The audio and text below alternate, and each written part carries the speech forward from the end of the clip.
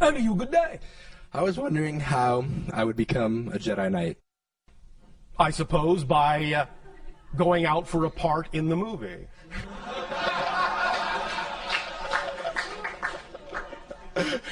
What is a Jedi Knight to you? What's your definition of that term? A selfless individual who can feel the life force of other people and beings around it, I guess, of anything, and can When you harness. say selfless, what do you mean?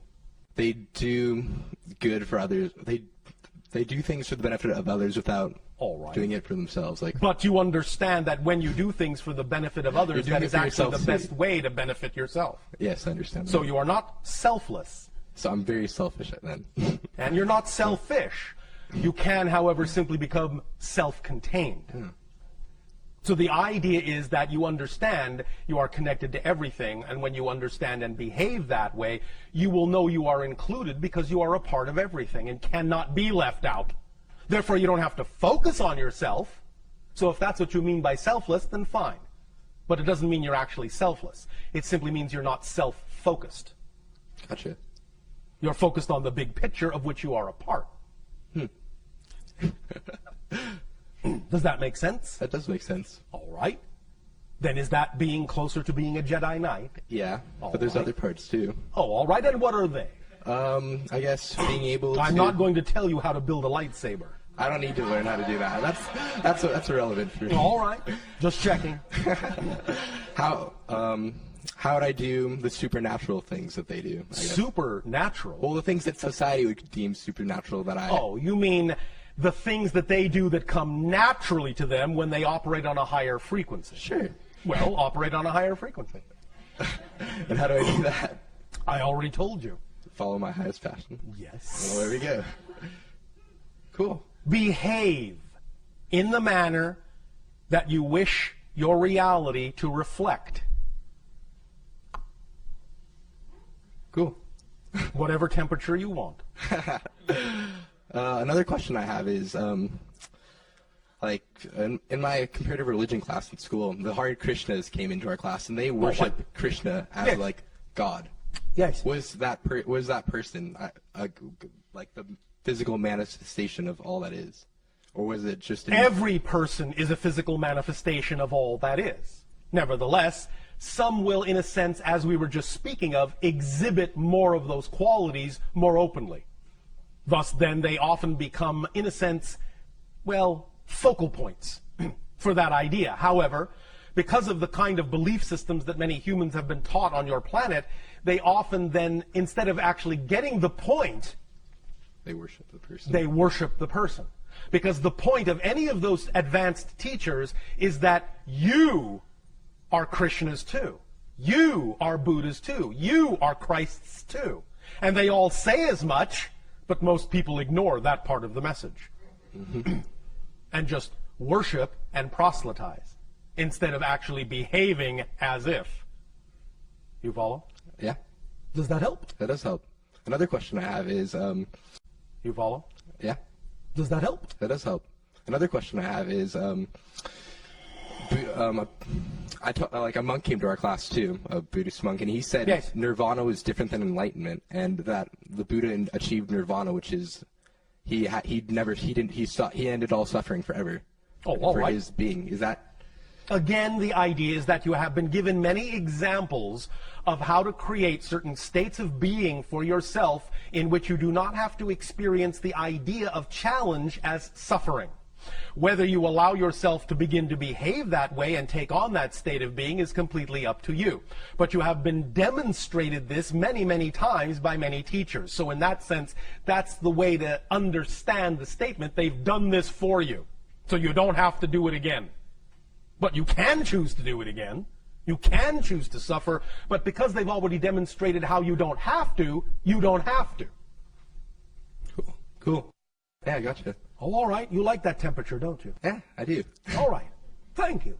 Wait, one last one. One more question. Okay. So you've talked before that we're moving through time and space. Well, in a sense, that's your experience. And yes. however fast you can, let's say you're moving 50% through space, 50% the speed of light. Yes. That means your time is 50% And slower, space right? is 50%. But Yeah. the speed of light is a speed limit. It's a speed limit of your particular dimensional reality. But it's the border between your dimension and another one.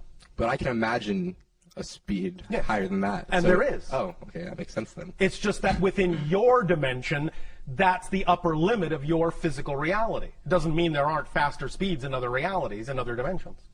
Could I change it in my reality? Or is that... You have to shift to that other dimensional reality in order to experience that, because it doesn't, in a sense, have relevance in your physical reality. Okay. Instantaneous teleportation has been experienced by many individuals, even on your planet. That's shifting to another dimension where this so-called concept of speed has no meaning. You simply are here, then you're there. No traveling in between. That's awesome. So it can be called infinite speed. Make sense? It does. Thank you. Another question from a News for the Soul listener. Oh, all right. You said we make good TV. Yes. How do you see us? Like this. Sometimes like this. Sometimes like this. Can you be more specific about what you mean by that question? Yeah, I guess the question is, how do beings that are outside our planet see us? And well, we have see different our ways behaviors? depending upon the being. Right now, we are simply perceiving your energy patterns. We are seeing you in a holographic kind of format that allows us to connect into what we need to connect into of your collective consciousness in order to download information to you that you have requested. So we're not so much seeing you just physically, per se. We're not really seeing you, in a sense, physically at all. We are seeing you vibrationally as a series of patterns that are interpreted in our consciousness in a variety of holographic conceptual ways, depending upon what is being communicated. Are there beings that have, like on their spaceships, screens where they can see what's going on the planet? Yes. So how are they doing that? Well, again, there are a variety of technologies depending upon the civilization. One civilization that does that has the ability to understand, well, let me back up. We have to some degree explained to you how our spacecraft work, in the sense that it is all about vibrational resonance location. The idea that every location has a vibrational signature, and that an object doesn't exist in a location. An object, in a sense, contains a vibrational locational signature that makes it seem to occupy space in a particular place and time. But the location is one of the variables of the object's equation, energy equation. As we change the variable in our spaceships, the spaceship changes location, because that is simply the idea of the spaceship existing at the new vibrational locational signature point. Similarly, the technology is that when you know that location is a particular frequency, then you can create a system where you dial up a particular locational resonance, and you can have a mechanism that simply translates that particular reference point visually, if you wish, even in your mind or on a screen. Does that make sense to you? Do you understand what we are describing as a technology? Yes, it sounds very interesting. I mean, are people being watched while they're walking around in the privacy of their homes? Sometimes. That's pretty interesting. But never without permission. You understand? Yes, but how does somebody give permission? Sometimes they give permission on another level. Oh, like a dream state. The physical mind may not be aware of the permission that has been given, but the permission has been given. And again, it will always be done, at least on our behalf, relatively unobtrusively. Privacy will be maintained where it is truly desired. So what would be the purpose of watching someone? Learning. Like how humans do things? Yes. And there are other reasons. Observing what humans are, in a sense, absorbing of the information that they have learned, how they are applying it. Because sometimes we have recognized that humans will apply information differently in private than they do in public. So we learn a lot about you in private that we don't get a chance to learn by watching you in public. And that's why we say you make good TV. Because there are often great dichotomies between your private persona and your public one. And we learn a lot about who you really are and what your personality really is all about by observing the private one in certain contexts. Yeah, I can see that. That's really true. So Yes. That's cool that you guys can do that. Again, not without permission and not without there being a reason, in a sense, that will ultimately serve you in a positive way. Right. That's We have wonderful. no purpose or reason to simply be invasive. Yeah. It is only being done because there is a mutual agreement that what we are doing will benefit you in some way, shape, or form. That's wonderful, Bashar. Thank you. Thank you. Hello, Bashar. And a you good day. How do I experience past and future and now? Have you ever had the experience called deja vu? Theoretically, but not consciously, that I can recall. You have Maybe never I did, experienced maybe that I didn't. sensation. I Is that know what what you're you're saying? talking about, but I can't really recall the real experience. Oh, all right. But that is one representation of experiencing what you call past and future in the present. That's what that experience actually is. Because when you have deja vu, you know what is about to happen because you feel it has happened before. You are experiencing the idea of the timelessness all at once, that everything exists at once. So really, the more you live in the moment, the more you live in the present, the more you don't focus on the idea in a negative way of future and past, the more you will experience the timelessness of actual existence. The more malleable, plastic, and slippery space and time will become. The more synchronistic experiences you will have. Synchronicity is another symptomology of collapsing the idea of space-time into the now. Because everything is one. Everything is connected to everything else. Synchronicity is space-time's way of showing you that everything else. Synchronicity is space-time's way of showing you that everything is connected as best as it possibly can. Even though it may still be presenting it to you in a so-called linear fashion, one synchronicity after another, that is at least a more collapsed version of experiencing space-time, the experience of synchronicity itself, than a typical stretched out linear format. Does that make sense? But is this includes, for example, past lives, past experience? Again, remember, there is no real past. There is no real future. Everything exists now. The analogy we often use is your own television set. If you are sitting down watching a TV program, you know that at the same moment there are still hundreds of other programs that exist at the same time. They're not really in the past. They're not really in the future. You may not be perceiving them because you are tuned to one particular channel. But if you change the channel, you'll see that another program exists at the same time as the program you were just watching. Reality is like that. All the lives, all the experiences are going on right now. The more you understand and wrap your mind around that concept, the more you will actually start to experience reality that way. Make sense? Yes. So, more analogies, the more symbols, the more analogies you can create to explain the idea of the simultaneity of existence to yourself, the more you can understand that construct of nowness holographically, the more you will actually start to experience your reality that way. Makes sense. Thank you. And, Thank you. That's why we also use the analogy of saying there really is only one moment in creation, just one moment. What appears to you to be different moments is actually the same moment, but from a different point of view. It's all the same moment. There is also only one thing in creation. All of it. Just one thing. Experiencing itself as a multitude of things. But it's just one thing.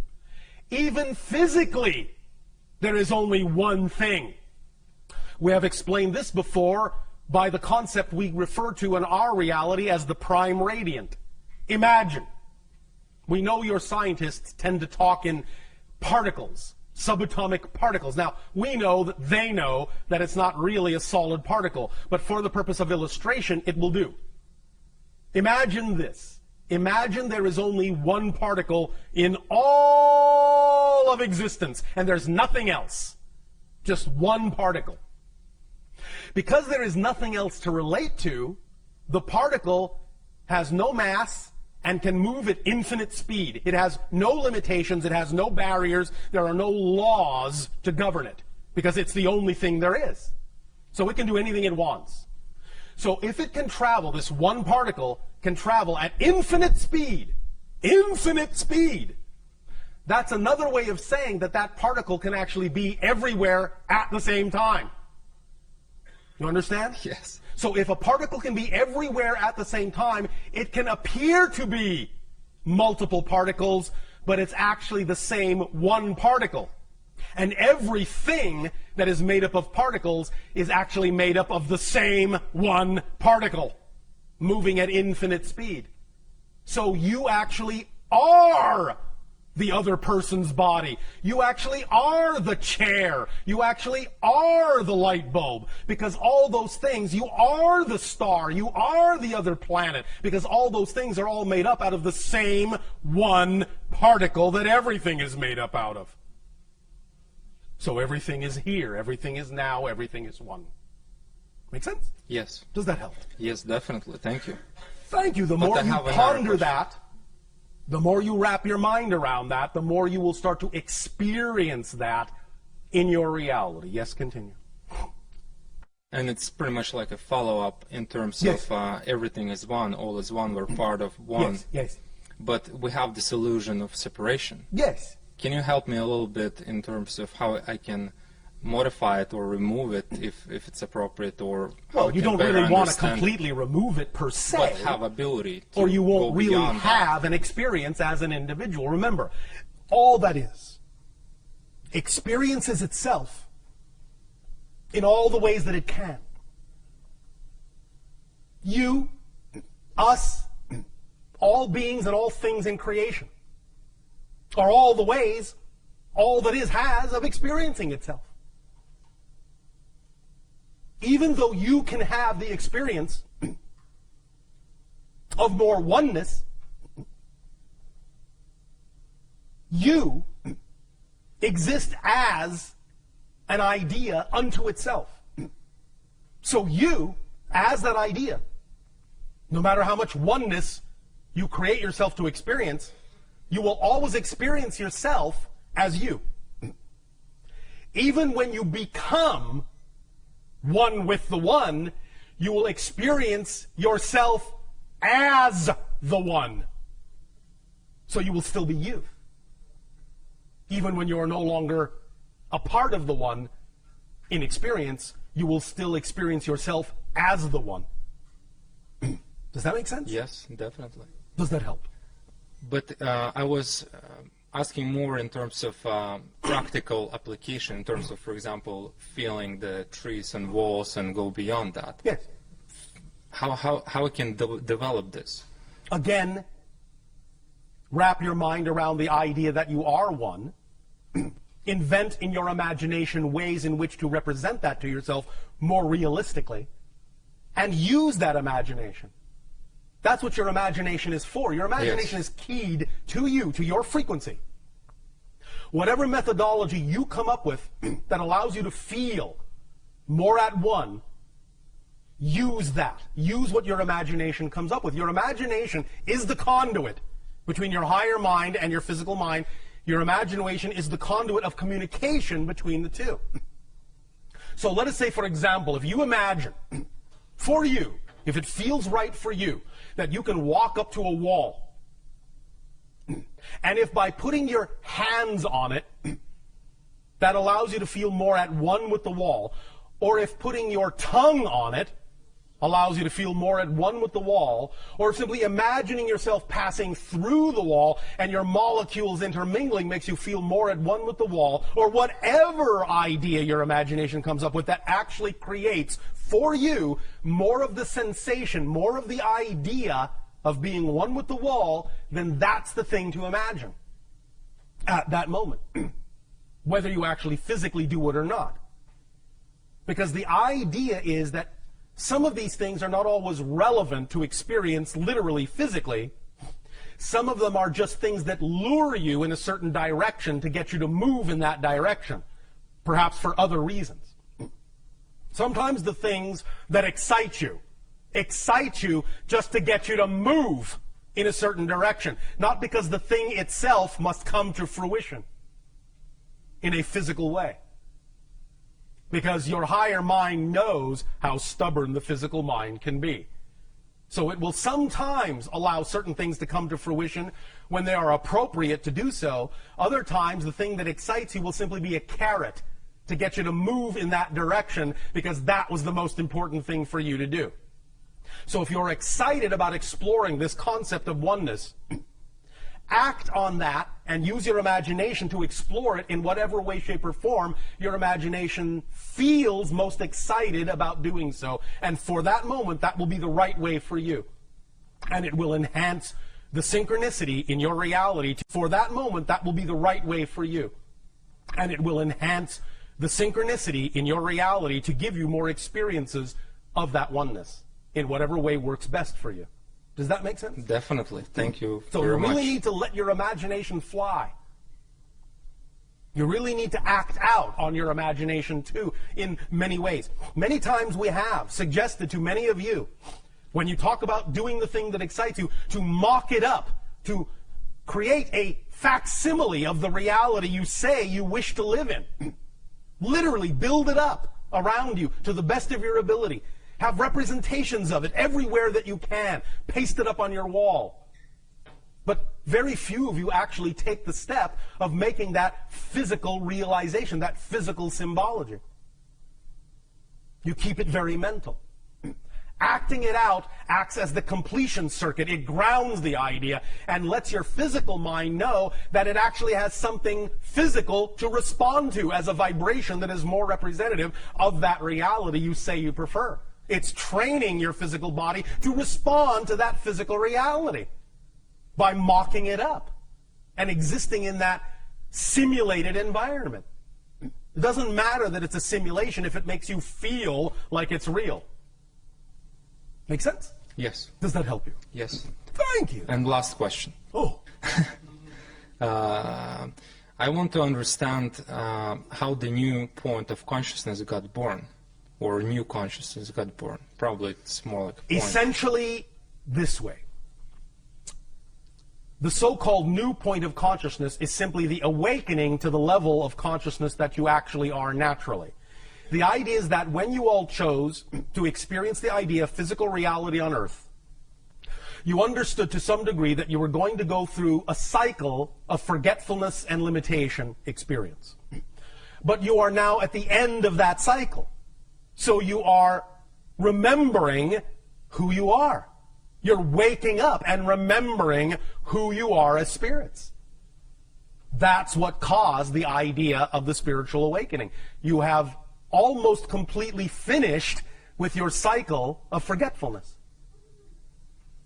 So it's just the end of a natural cycle and the beginning of a new one of remembering more of who you are and the expansion that simply naturally comes with remembering your true identity. Make sense? Yes. Does that help you? Thank you very much. Thank you.